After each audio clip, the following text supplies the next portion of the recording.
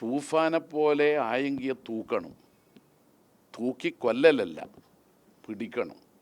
അതിന് കരുത്ത് ആഭ്യന്തരമന്ത്രി കാണിക്കണം. പോലീസിനെ ഉപയോഗിച്ച് ആയെങ്കിൽ എവിടെയാണോ അവിടെ പോയി പിടിക്കണം. വെടിവെക്കണം പറഞ്ഞു. ഇന്നിപ്പോ രമേശ് ചെന്നിത്തല പറഞ്ഞു ഞാൻ അങ്ങനെ പറഞ്ഞില്ല എന്നാണ്.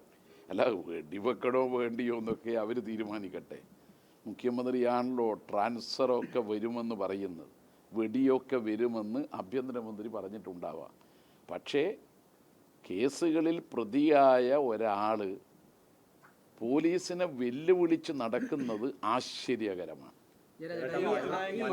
പോലീസിനെ വെല്ലുവിളിക്കുന്നു, ആഭ്യന്തരമന്ത്രിയെ വെല്ലുവിളിക്കുന്നു. പക്ഷെ ഇപ്പോഴും അർജുനായിക്ക് ഈ ഫേസ്ബുക്കിലൊക്കെ ചില ഇടതുപക്ഷ പ്രൊഫൈലിൻ്റെ ഒക്കെ പിന്തുണയുണ്ട്. അതൊക്കെ ശരിയായ ഒരു നടപടി? ഞാൻ നേരത്തെ പറഞ്ഞല്ലോ ഒരുപാട് തവണ, ഞാനല്ലേ നേരത്തെ പറഞ്ഞത്, കൊട്ടേഷൻ സംഘത്തിൻ്റെ ഒരു പിന്തുണയും CPM-നോ ഇടതുപക്ഷത്തിനോ സോഷ്യൽ മീഡിയയിലുള്ള ആശയപ്രചരണത്തിൻ്റെ ആവശ്യമില്ല.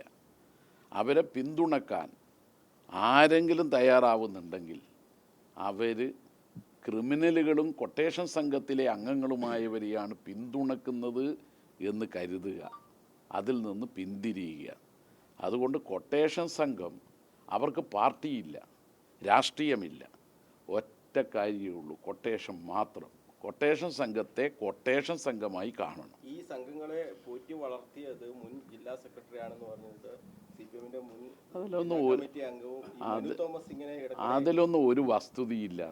വെറുതെ ഒരാളെ കണ്ടുകൂടായിക കൊണ്ട് ഒരാളുടെ മേൽ പഴിചാരി പോകുന്നത് ഉചിതമല്ല.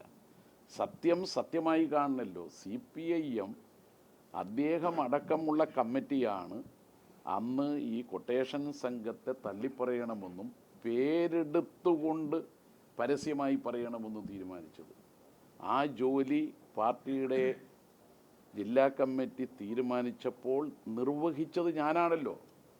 പാർട്ടിയുടെ ഏതെങ്കിലും ഒരു വ്യക്തിയുടെ തീരുമാനമല്ലല്ലോ, അത് കൂട്ടായ്മയുടെ തീരുമാനമാണല്ലോ. അതുകൊണ്ട് അതിൽ CPM-ന് അശേഷം സംശയമില്ല.